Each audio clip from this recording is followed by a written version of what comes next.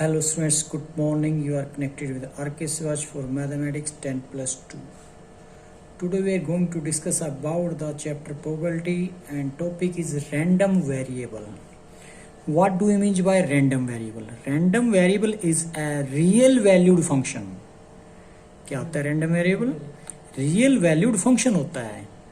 यानी कि real valued function कौन सा होता है? ऐसा function जिसकी real value निकल के आती हो, whose domain is sample space associated with a random experiment. तो डोमेन क्या होता है? रैंडम एक्सपेरिमेंट के साथ जो सैंपल स्पेस एसोसिएट करता है. And range is a real line. Range क्या होती है? एक रियल लाइन होती है.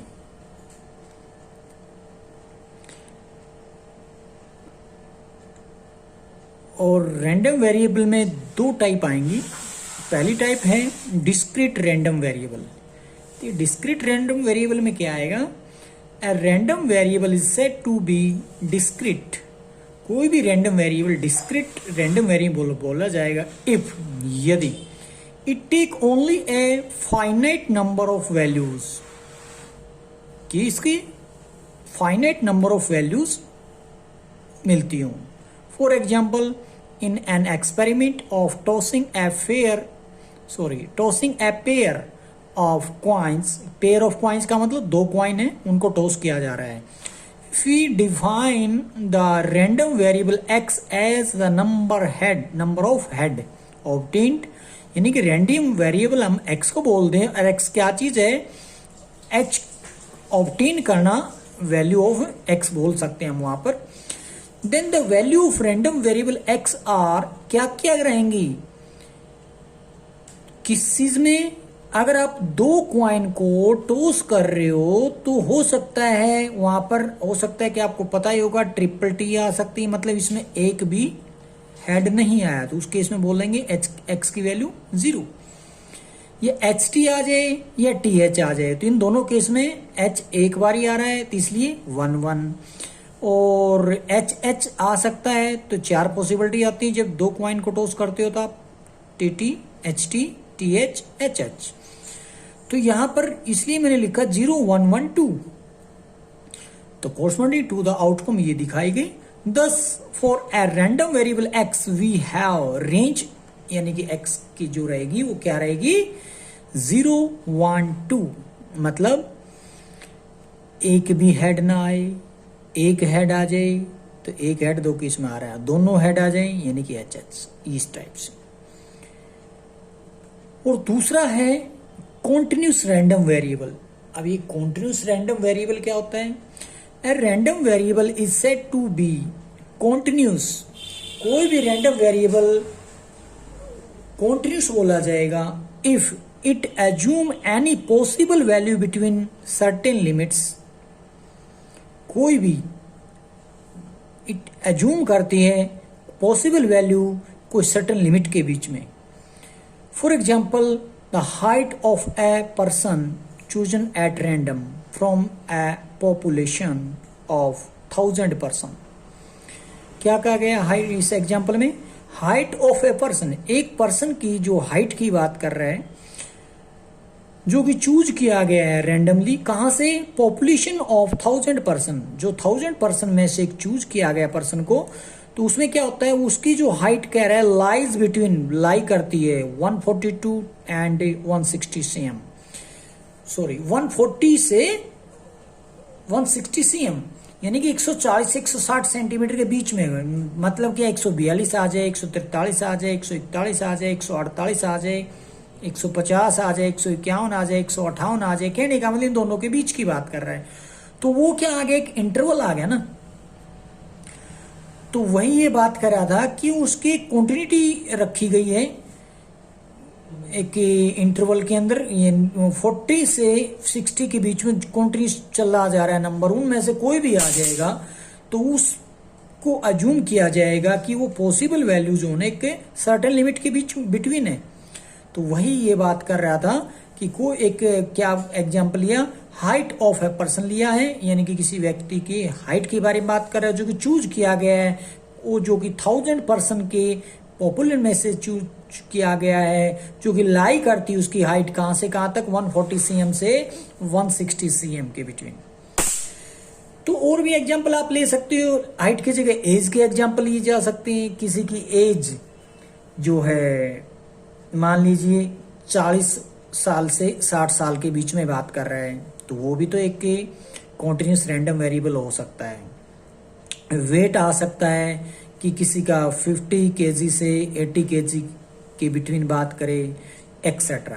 These are continuous variable. कौन से वेरिएबल बोले जाएंगे?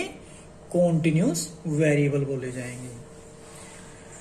तो बात आज कर रहे हैं रैंडम वेरिएबल की। इजी टॉपिक है रैंडम वेरिएबल, यानी कि आज हम जिस टॉपिक को लेकर चले उसको एक्स से डिनोट करेंगे रैंडम वेरिएबल आगे चल के, और जो कि एक इंपॉर्टेंट पॉइंट है प्रोबेबिलिटी का। इसको समझने के लिए कुछ एग्जांपल का सहारा लेते हैं, जो कि एक्सरसाइज है आपके सामने 8.7। जैसे फर्स्ट क्वेश्चन में लिखा गया है, state which of the following are not the probability distribution of a random variable. यानी कि रैंडम वेरिएबल किसको कह रहे हैं? एक्स को कह रहे हैं। अब ये जो रैंडम वेरिएबल है, ये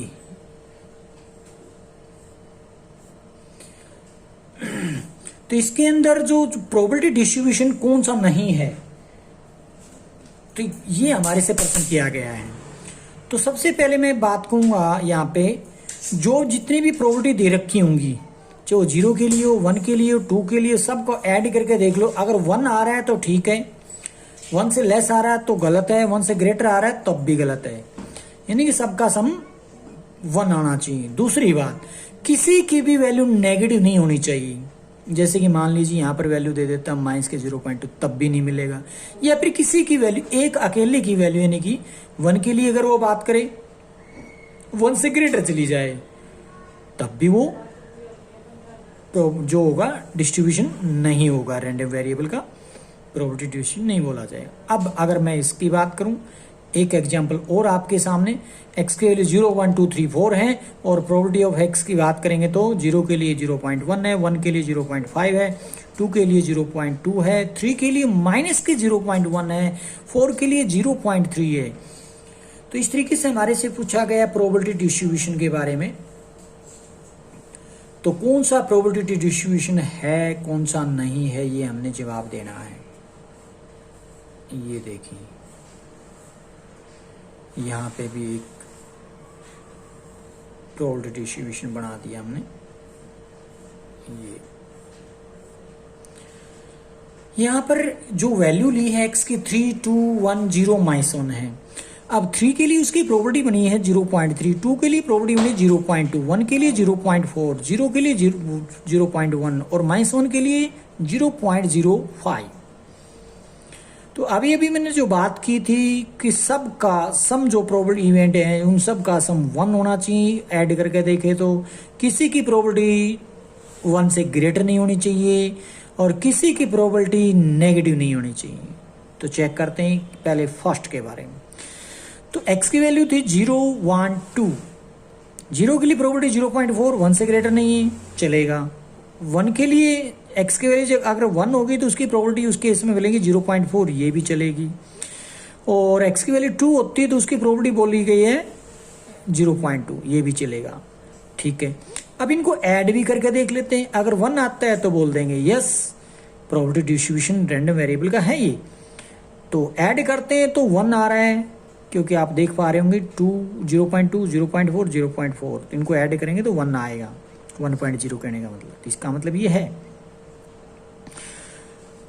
तो यही चीजें हम सेकंड और थर्ड में, तो इसके लिए आंसर मैंने क्या दिया, here the probability of each x is positive. तो सारी की सारी पॉजिटिव आई है, एंड लेस देन 1 और 1 से लेस है, and sum of the probability क्या बनता है, 1 बन रहा है। तो इसलिए हम क्या कह सकते हैं, hence the given distribution is a probability distribution.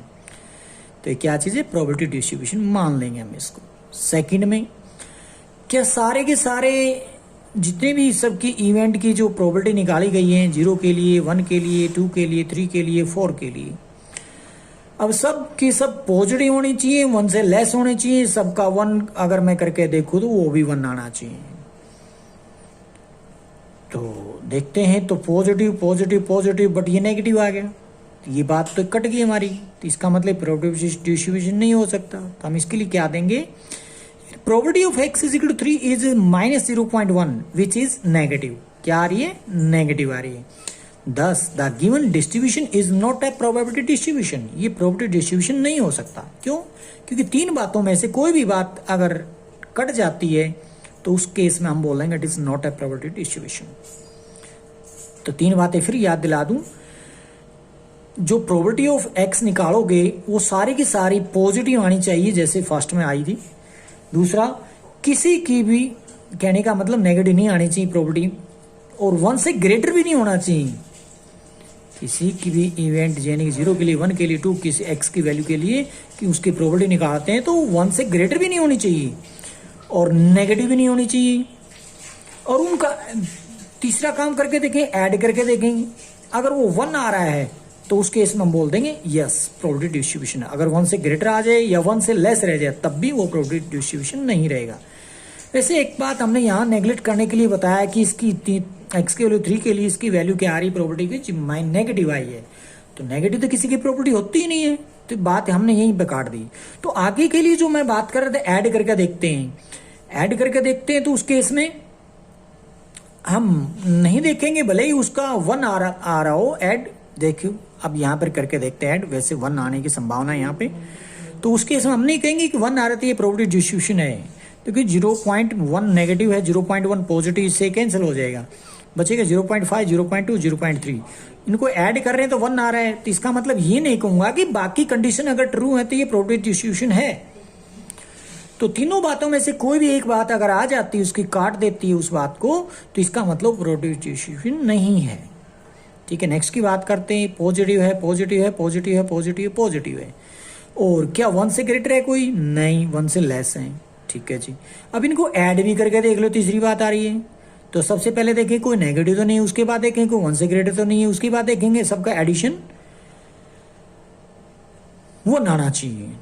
तो 0.3 को 2 में ऐड कर, 0.2 में ऐड करें 0.5 आ रहा है, और यहाँ तक 0.9 आएगा, 1.0100 आ जाएगा, मतलब कहने का यानी कि 1 आ चुका होगा यहाँ तक ऐड करते हैं तो। बट आगे और भी एक वैल्यू रखी गई है, अगर मैं उसको ऐड करता हूँ तो दैट इज ग्रेटर देन 1 हो जाएगा सबका सम, बट वो तो नहीं चाहिए। तो इसलिए हम क्या लिखेंगे, at the sum of the probability, इनका सम किया तो 1.05 मिला हमारे, वो कि 1 से ग्रेटर है, 1 से ग्रेटर तो बोल देंगे दस the given distribution is not a probability distribution, जो डिस्ट्रीब्यूशन दे रखा वो प्रोबेबिलिटी डिस्ट्रीब्यूशन नहीं है।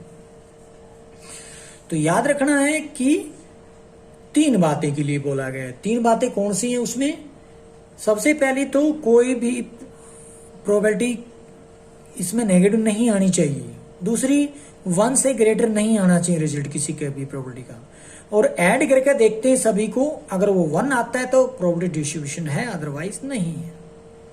Next, find the probability distribution of random variable number of tails. क्या पूछा गया है, फाइंड द प्रोबेबिलिटी डिस्ट्रीब्यूशन, जो अब की बार बना हुआ था फर्स्ट के अंदर, अब की बार हमने बनाना है, प्रोबेबिलिटी डिस्ट्रीब्यूशन हमें तैयार करना है। तो उसके लिए क्या है, find the probability distribution of the random variable number of tail के लिए बोला गया है। When 2 coins are toss, 2 coins को टॉस किया जाए, नंबर ऑफ टेल क्या आ सकते हैं, एक भी ना आए यानी कि 0, और हो सकता है 1 आ जाए नंबर ऑफ टेल, हो सकता है 2 आ जाए, 3 तो आएगा नहीं। क्यों नहीं आएगा 3, क्योंकि आप तो कॉइन तो 2 लेकर चल रहे हो, तो 2 कॉइन को टॉस करोगे तो तीसरा टेल आएगा कहां से, तो मैक्सिमम 2 ही आ सकते हैं। इस तरीके से x की वैल्यू 0, 1, 2 मिलेगी। ठीक है, तो उसके लिए बात करते हैं। तो when 2 coins are toss the possible outcomes are, क्या क्या उस आउटकम आएंगी, HH, HT, TH, TT। Let x be the random variable, x जो है रैंडम वेरिएबल लेट कर लेते हैं, which denote number of tail, किसको डिनोट करता है, नंबर ऑफ टेल को डिनोट करता है। व्हेन 2 कॉइन्स आर टॉस, जब 2 कॉइन्स को टॉस करते हैं तो नंबर ऑफ ए टेल जो ना वो डिनोट करता है एक्स। तो वहां पे हम क्या देंगे एक्स की वैल्यू, तो क्लियर हो जाता है कि the possible value of x are 0, 1 और 2, या तो 0 रहेगी, 1 रहेगी, 2 रहेगी। 0 किसके लिए, देखिएगा इसमें एक भी टेल नहीं है, तो इसलिए ये केस आएगा 0 के बारे में। एक टेल आने का मतलब है ये और ये दो केस यहां पर आ जाएंगे, और 2 टेल आने का मतलब है यहां पे इस तरीके से। अब प्रोबेबिलिटी डिस्ट्रीब्यूशन तैयार कैसे किया जाए वो देखोगे आप यहां पे।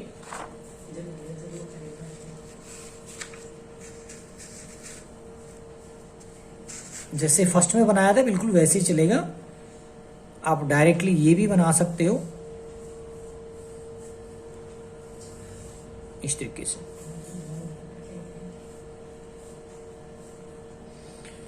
मैंने अलग अलग से बनाया है। जब x की वैल्यू 0 हो तो उसकी प्रोबेबिलिटी क्या रहेगी, तो लिखा क्या हमने इसमें, probability of getting no tail, एक भी टेल ना आए। तो एक भी टेल ना आए तो वहां पर केस आ रहा था HH, यानी कि एक ही पॉइंट मिलेगा। अब टोटल कितने थे 4, तो 1/4 आप डाल सकते हो क्योंकि फेवरेबल केस 1 है। टोटल हमारे पास किसकी बात कर रहा हूं मैं, टोटल यहां पर 1 2 3 4, तो उसमें से 1 आया है और 1/4, यानी कि फेवरेबल 1 है, टोटल 4 है, इसलिए 1/4। वरना दूसरा रास्ता आपके पास क्या है, पहले h आने की बात कर लेते हैं। h में क्या आएगा 1/2, क्योंकि एक कॉइन को जब टॉस करते हो तो h की प्रोबेबिलिटी 1/2। नेक्स्ट अगला h आने की प्रोबेबिलिटी वो भी 1/2, तो 1/2 इंटू 1/2 1/4, इस तरीके से भी ला सकते हैं। और ये एक जैसी इवेंट चल रही है तो ये काम हम सीधा सीधा लिख सकते हैं 1/4। अगर मान लीजिए वो कहता कि पहले अकेला h आया, उसके बाद 2h आए, 2 टाइम h आया, फिर 3 टाइम कॉइन को टॉस किया, इस टाइप से फिर वो ये जो मैं लिख रहा था अलग अलग से, वहां से आप प्रोबेबिलिटी निकालते हैं। अब तो क्योंकि इवेंट 2 कॉइन्स, यहां भी 2 कॉइन, यहां भी एक ही बात चली हुई है, इसलिए कोई गड़बड़ नहीं होने वाली। तो probability of x is equal to 1 के लिए बताएंगे, तो प्रोबेबिलिटी ऑफ गेटिंग 1 टेल कहां मिल रही है, HT में भी मिलती है, TH में मिलती है, तो फेवरेबल तो 2 बन जाते हैं, तो 2/4।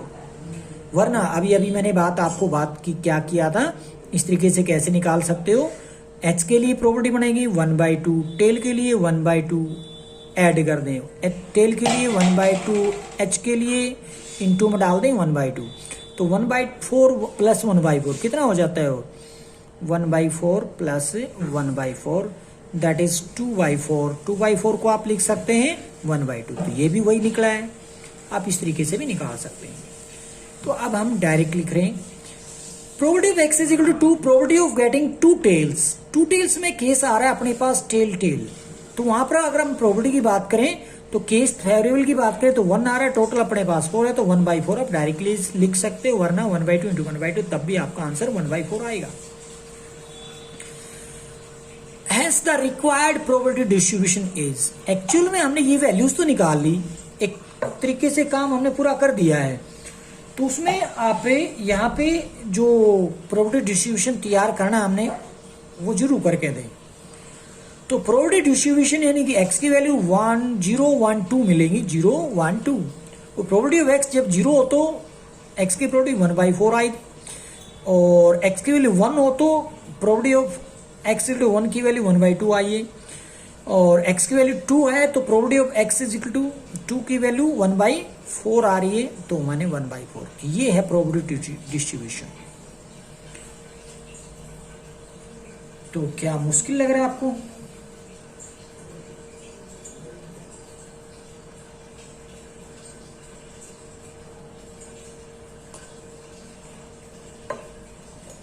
नेक्स्ट,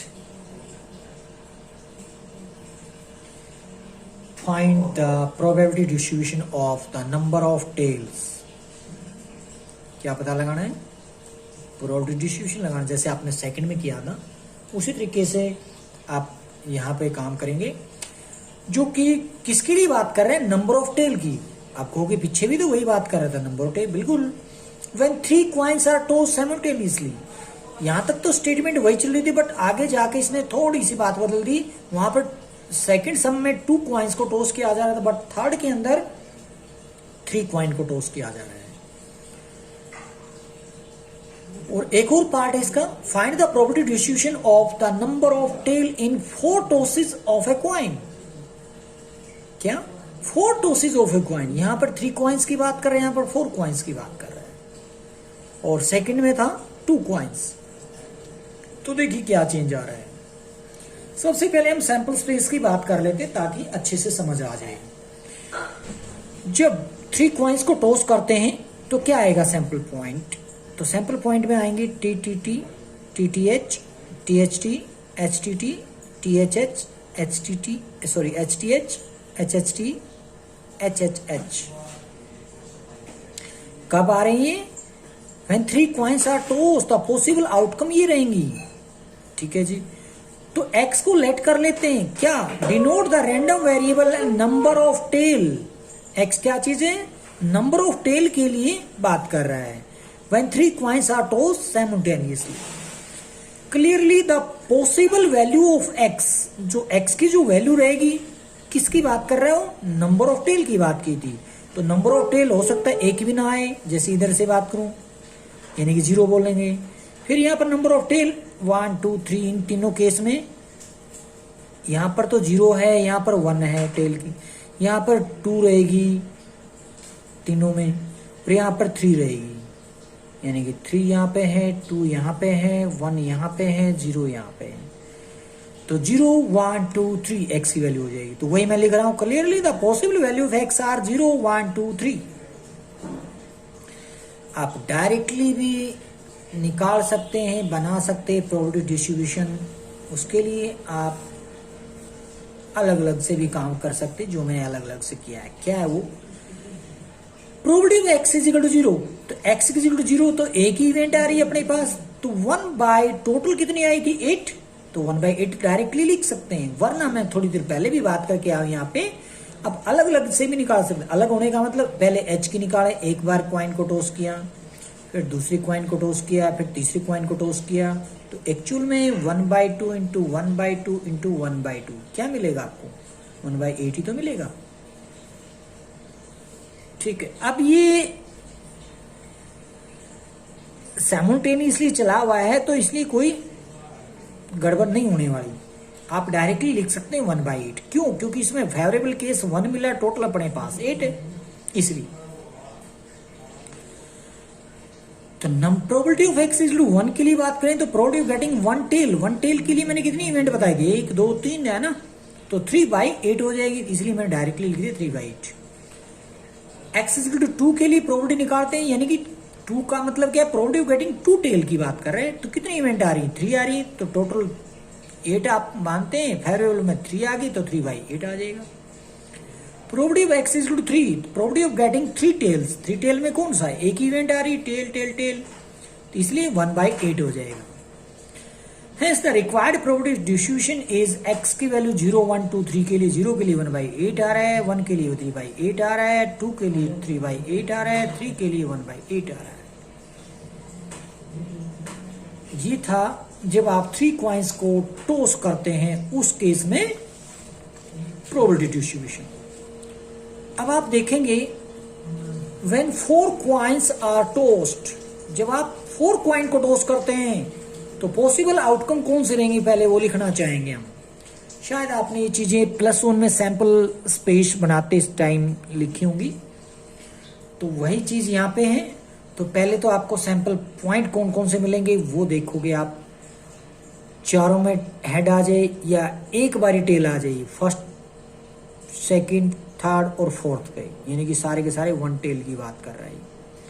यहाँ पे नो टेल, यहाँ पर 1 टेल, यहाँ 2 टेल, ये वाला केस 2 टेल चला हुआ है यहाँ तक।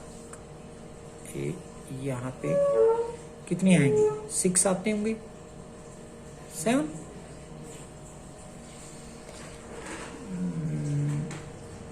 1 यहाँ पे आया और 4 यहाँ पे आए, तो यहाँ हम देख पा रहे हैं टेल टेल HH, यानी कि TTHH और THTH, T दोनों टेल यानी कि हेड बीच में, आगे पीछे टेल हो जाता है, दोनों ये वाला इससे डिफरेंट हो जाएगा, बिल्कुल अपोजिट हो गया है। और यहाँ पर आप देखेंगे H पहले आ रहा है, बाद में टेल, फिर H, फिर टेल आ रहा है। तो ये वही तो मैं कह रहा हूँ, एक पॉइंट एक्स्ट्रा लिखा गया है, इसको हटा देते हैं। HT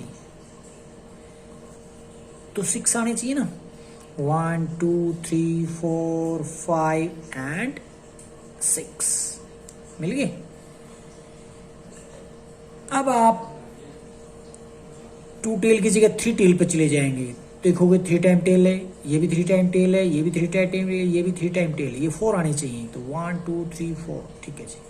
अब 4 टाइम टेल देखोगे यहाँ पे। तो लेट कर लेते हैं x denote the random variable number of tail. x क्या डिनोट करते हैं? Number of tail. When 4 coins are tossed, जब 4 कॉइन को टॉस करते हैं, clearly x can take the value 0 1 2 3 4, यानी कि 0 के लिए ये अकेला केस, और 1 टेल के लिए 4 चीजें आएंगी यहाँ पर, 2 टेल के लिए 6 पॉइंट आएंगे यहाँ पर, और 3 टेल के लिए 4 पॉइंट आएंगे, और 4 टेल के लिए 1 अकेला आएगा सैंपल पॉइंट। अब उनकी प्रोबेबिलिटी निकाल लेते हैं। आप ये चीज यहां से लेकर यहां तक आप स्किप कर सकते हैं डायरेक्टली। ये अगर आप प्रोबेबिलिटी डिस्ट्रीब्यूशन बना देते हैं बिना किसी गलती के तो फुल मार्क्स मिल जाएंगे आपको। क्या है कि प्रोबेबिलिटी निकालनी है, बट कब निकालनी? जब x की वैल्यू 0 होगी। तो x की वैल्यू 0 का मतलब क्या है? चलो यहां पर हम बात कर लेते हैं समझने के लिए। एक भी टेल ना आई, लिखा गया probability of getting no tail. No tail में तो यही आ रहा है एक केस, तो फेवरेबल है 1 है। टोटल अपने पास कितने 16 बनते होंगे, तो टोटल है 16, तो 1/16 हो जाएगी। Probability x is equal to 1 की बात करते हैं। x इज इक्वल टू 1 क्या कहने का मतलब? 1 टेल आने की बात। तो probability of getting 1 tail, 1 tail में कितने पॉइंट आए थे आपको? 4 मिले होंगे, सैंपल पॉइंट 4 थे, तो इसकी प्रोबेबिलिटी जो निकालोगे 4/16 हो जाएगी, 1/4। Probability of x is equal to 2 का मतलब probability of getting 2 tails. 2 tails में कितने पॉइंट आ रहे हैं? सैंपल पॉइंट आ रहे हैं शायद 6, 1 2 3 4 5 6। तो उस केस में आप देखोगे कि उसकी प्रोबेबिलिटी जो रहेगी फेवरेबल में 6 है, टोटल 16 है, 6/16 that is 3/8। Probability of x is equal to 3, तो probability of getting 3 tails, 3 tails में 4 सैंपल पॉइंट आए थे। उसके बाद अगर हम प्रोबेबिलिटी की बात करें तो 4/16 that is 1/4। Probability of x is equal to 4, x is equal to 4 होने का मतलब probability of getting 4 tail. 4 tail में कौन सा? एक ही इवेंट आ रही, यानी कि सैंपल पॉइंट एक ही मिलेगा आपको, ये वाला। इसलिए प्रोबेबिलिटी हो जाएगी x इक्वल टू 4 के लिए 1/16। Hence the probability distribution of x is equal to, x की वैल्यू कहां से कहां तक थी? 0 से लेकर 4 तक थी। प्रोबेबिलिटी ऑफ x जब 0 होती है 1/16, 1 होती है x की वैल्यू तो 1/4 आएगी प्रोबेबिलिटी। x की वैल्यू 2 होती है तो प्रोबेबिलिटी ऑफ x 3/8 आ रही है। x की वैल्यू 3 होती है तो प्रोबेबिलिटी ऑफ x 1/4 आ रही है। x की वैल्यू 4 होती है तो प्रोबेबिलिटी ऑफ x 1/16 आ रही है। तो मुझे लग रहा है एक क्वेश्चन अगर आप ध्यान से समझ लेंगे लगभग वैसे ही चलते चलेंगे प्रोबेबिलिटी डिस्ट्रीब्यूशन बढ़ाने के लिए। उसके बाद तो उसको स्टेटमेंट को समझने में कोई प्रॉब्लम आए तो बात अलग है, वरना शायद आपको दिक्कत नहीं आएगी। Next, A coin is based, क्या होता है बेस्ड? इसका मतलब उसमें कोई खोट है कॉइन में, टेढ़ा हो सकता है, दोनों तरफ एक जैसा प्रिंट हो सकता है। कहते हैं coin is based in which the head is 3 times as likely to occur as a tail. क्या कहते हैं? अगर टेल एक बारी आ रहा है तो कहता है हेड 3 बारी आ रहा है, मतलब हेड आने के चांसेस, हेड आने का मतलब ऊपर की तरफ जब कॉइन को जब टॉस करते हो आप, ऊपर जो भी आता है वो कह रहा है हेड 3 बारी आएगा तो टेल एक ही बारी आ रहा है। इसका मतलब टोटल इवेंट आपकी एक तरीके से 4 हो गई है। तो हेड की अगर आप वहां से आप प्रोबेबिलिटी निकालते तो 3/4 हो जाएगी, टेल की निकालते तो 1/4 हो जाती है। तो स्टेटमेंट फिर से पढ़ रहा हूं, a coin is based, coin based है, उसमें कोई कमी है, टेढ़ा हो सकता है वो। जैसे आप उसको टॉस करते हैं तो हेड आने की चांसेस ज्यादा है। वो कितने हैं वो बताया गया, टेल से 3 टाइम, 3 गुना है। हेड आने के चांसेस 3 गुना है। किससे 3 गुना है? टेल से। अगर टेल एक बार आ रहा है तो हेड 3 बार आएगा। If the coin is toss twice, coin कितनी बारी फेंका जा रहा है? 2 बारी। ट्वाइस का मतलब 2 time. Find the probability distribution for number of tail. Probability distribution तैयार करनी है नंबर ऑफ टेल के लिए, और एक कॉइन को कितनी बारी टॉस किया जाए वो भी नोट कर सकते हैं 2 टाइम। तो इसको कैसे बढ़ाते हैं आगे देखिए, the given coin is based in which head is 3 times as likely to occur as tail, odds in favor of getting head, यानी कि 3:1। अब डायरेक्टली भी बात जैसे मैं कर रहा था 3/1 इस तरीके से भी बोल सकते थे, odds वगैरह ना लिखते तब भी काम चल जाएगा। यानी कि प्रोबेबिलिटी ऑफ गेटिंग हेड 3/4 आप डायरेक्टली लिख सकते थे।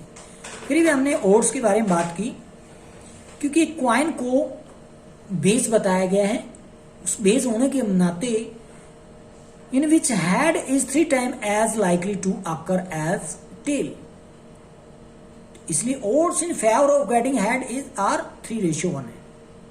तो प्रोबेबिलिटी ऑफ गेटिंग हेड क्या आ जाएगा 3/4। तो probability of getting a tail क्या आ जाएगा 1/4। क्यों? क्योंकि आप 4 टाइम जब तक क्वाइन को टॉस कर चुके हो, टेल तो एक ही बार ही बोल रहे हो, तो इसलिए फेवरेबल 1 है, टोटल 4 है। या फिर odds इन अगेंस्ट की बात करते हैं तो क्या आ जाएगा 1 टोटल 3 + 1 4 हो जाएगा। उस तरीके से भी आप निकाल सकते हैं। Let x note the random variable number of tail की बात कर रहे हैं when a based coin is tossed twice। तो क्या हो सकती है, आप एक बारी सोच रहे होंगे, x किसको डिनोट कर रहे हैं, रैंडम वेरिएबल कौन है, नंबर ऑफ टेल की बात कर रहा है। एक क्वाइन को 2 टाइम टॉस किया जा रहा है, तो मेरे को बता सकते हैं x की वैल्यू क्या क्या हो सकती है, कोशिश कीजिए। x की वैल्यू 0 हो सकती है, ठीक है, 1 हो सकती है, ठीक है, 2 हो सकती है, ठीक है, 3 हो सकती है, नहीं। वजह क्योंकि एक क्वाइन को 2 टाइम टॉस कर रहे हो तो तीसरा पॉइंट आए, सैंपल पॉइंट में आएगा कहां से, मतलब तीसरे पॉइंट का मेरा मतलब है 3 टाइम तो टॉस किया ही नहीं, तो इसलिए 2 ही टेल आ सकते हैं।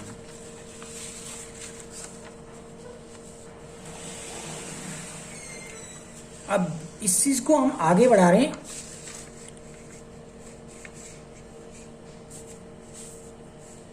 क्या है यहां पे, वैल्यू ऑफ x की बात कर रहा था मैं, तो possible value of x are 0 1 2। Clear हो गया। When x is equal to 0 तो probability of getting no tail क्या आएगा, HH हो सकता है। तो उस केस में इसकी प्रोबेबिलिटी 1/2 लिखोगे, क्या लिखोगे, नहीं, गलती से भी नहीं लिखना। क्यों? क्योंकि क्वाइन इज बेस्ड, उसने खुद कहा है बेस्ड है तो उसके अकॉर्डिंग आएगा। हेड की प्रोबेबिलिटी उसने दे रखी है 3/4, टेल की प्रोबेबिलिटी दे रखी है 1/4, तो उनको लेकर चलोगे आप। हेड है तो दोनों बारी हेड की प्रोबेबिलिटी 3/4 इंटू 3/4 लिखनी पड़ेगी। तो वही मैंने लिखा है यहाँ पर, नोटेल आने का मतलब दोनों बारी हेड आया तो probability of h 3/4 into probability of h यानी कि 3/4, दैट इज 9/16।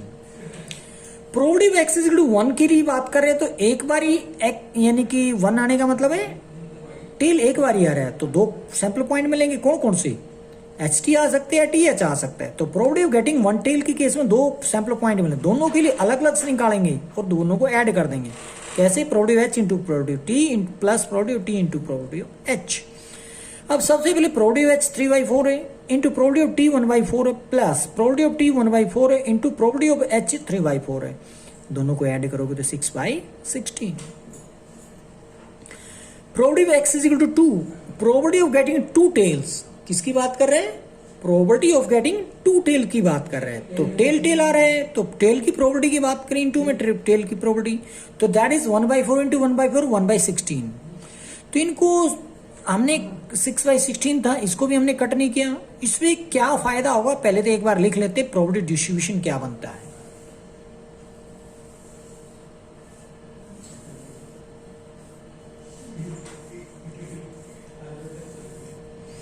अगर x की वैल्यू की बात करें तो 0 1 2 आ रहे हैं, तो 0 लेकर चलते हैं तो उसमें प्रोबेबिलिटी निकलती है x इज 0 के लिए 9/16 हमने लिख दिया। प्रोबेबिलिटी x इज 1 के लिए वैल्यू निकलती है 6/16, वो भी लिख दिया। प्रोबेबिलिटी x इज 2 के लिए जो प्रोबेबिलिटी निकली 1/16 वो भी लिख दिया। अब मैं बात कर रहा था इसको कट क्यों नहीं है, फायदा नहीं है कट करने का, कैंसिल करने का, 2 से कैंसिल कर सकते थे, फायदा क्या नहीं वो बात कर रहा हूँ। अगर इन तीनों टर्म को ऐड करके देखेंगे कि हमारा आंसर ठीक है कि नहीं है, क्योंकि 1 आना चाहिए यहाँ पर। फर्स्ट क्वेश्चन में हम ये डिस्कस कर चुके हैं पॉइंट।